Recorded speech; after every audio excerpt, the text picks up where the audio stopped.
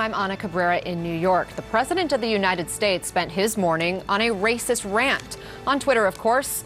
And on the same day, his administration begins immigration raids on migrant families across the country. Although he did not name names, President Trump targeted, quote, progressive Democrat congresswomen, an apparent reference to at least 4 women of color who came to Capitol Hill this year. He went on to say they should, quote, go back and help fix the totally broken and crime-infested places from which they came. Now, for the record, Alexandria Ocasio-Cortez was born in New York. Rashida Tlaib was born in Michigan. Ayanna Pressley was born in Ohio. And yes, it's true that Ilhan Omar was born in Somalia, but she came to the U.S. at age 12 and became a U.S. citizen when she was 17.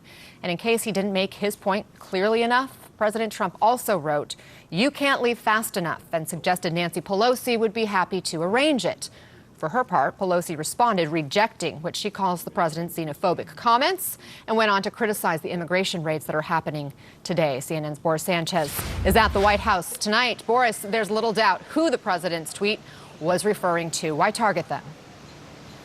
Well, Anna, President Trump is trying to exploit a rift in the Democratic Party.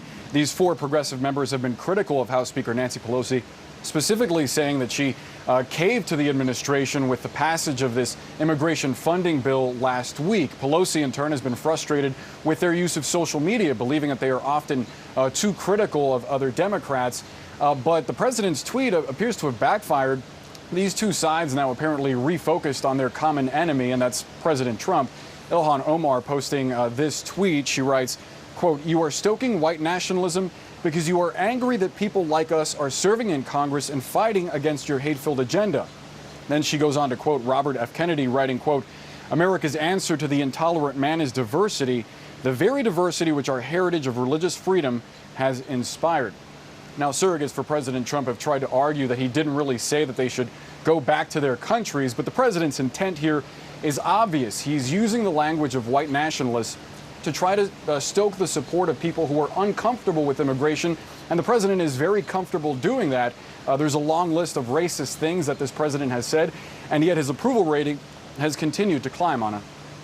Boris Sanchez reporting at the White House for us. Thank you. I want to bring in CNN.com opinion contributor Dino Badala and Time Magazine contributor Jay Newton-Small. And I have to say, guys, as a woman of color, as a Latina, I can say I've heard these kinds of sentiments directed at me, from being called a beaner by a northern Idaho farmer who asked where I was from when I was covering a wildfire in my first job as a young reporter, in fact, to the many hateful tweets and Facebook messages I receive today from anonymous critics. And Dean, I know you can relate, but this is coming from, this message, these words are coming from the President of the United States. They absolutely are. And that, you know, for me, if I've dealt with like random bigots, because I am also like Rashida Tlaib, the son of a Palestinian immigrant, and I'm Muslim. And then I've had this right-wing thing where they go back to your country. And I've joked, well, my country's New Jersey. That's one thing you can do in a one-on-one situation or online. This is the President of the United States. This is the guy in the White House who's got a bully pulpit. And what he's doing is legitimizing and emboldening the worst element of our society. And Anna, we've had these conversations so many times in the last few years where we go through Trump's bigotry and his racism. And I'm glad that you hear Boris and others now not afraid to use a term like white nationalism. To me, it's white supremacy on parade, like Speaker Pelosi has said.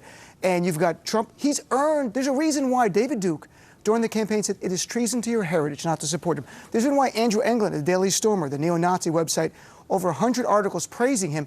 And when I wrote an article in May of 2017, before Charlottesville, denouncing Trump for coddling white supremacists, Andrew Englund defended Donald Trump. And they came after me. They fabricated tweets that I'm a terrorist. They had death threats, and I had to sue them in federal court for defamation and for the death threats.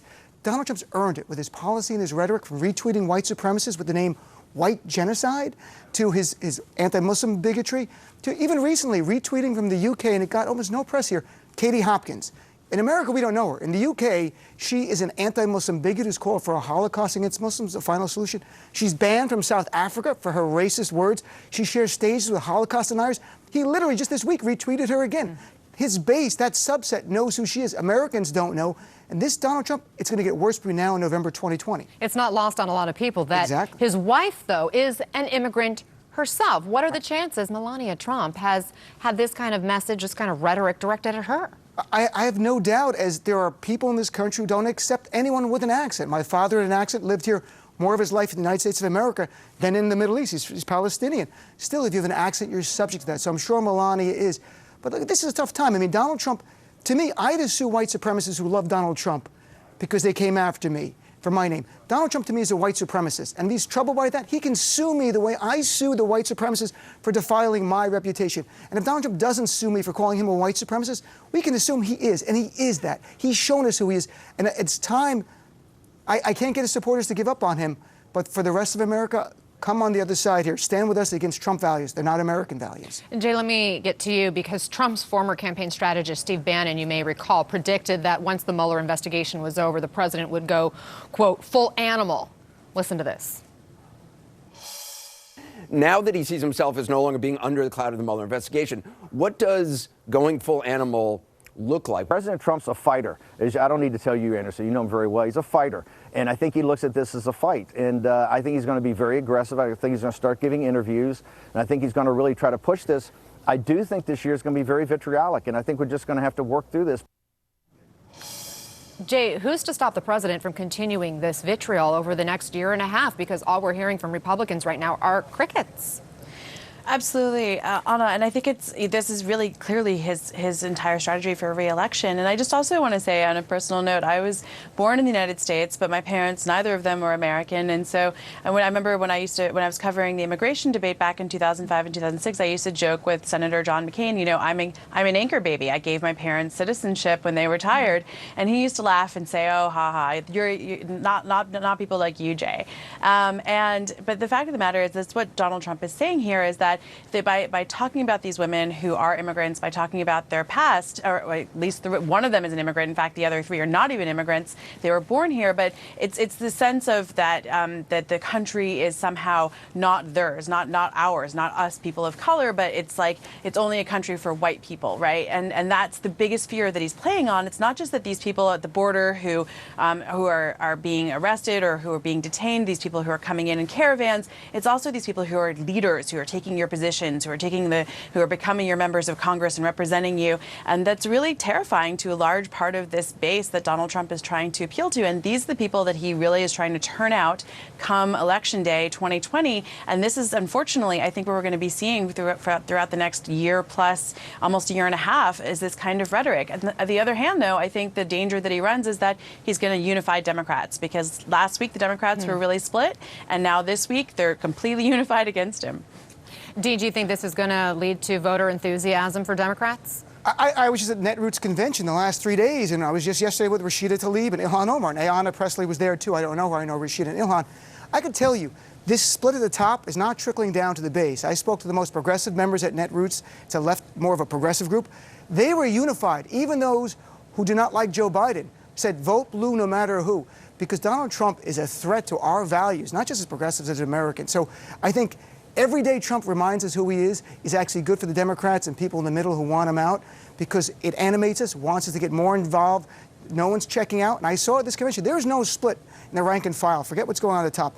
And I just have a CNN article just got published literally about that minutes ago. And Jay, do you have any doubt that it was Omar and Rashida Tlaib and Ayanna Pressley and AOC that the president was referring to in his tweets?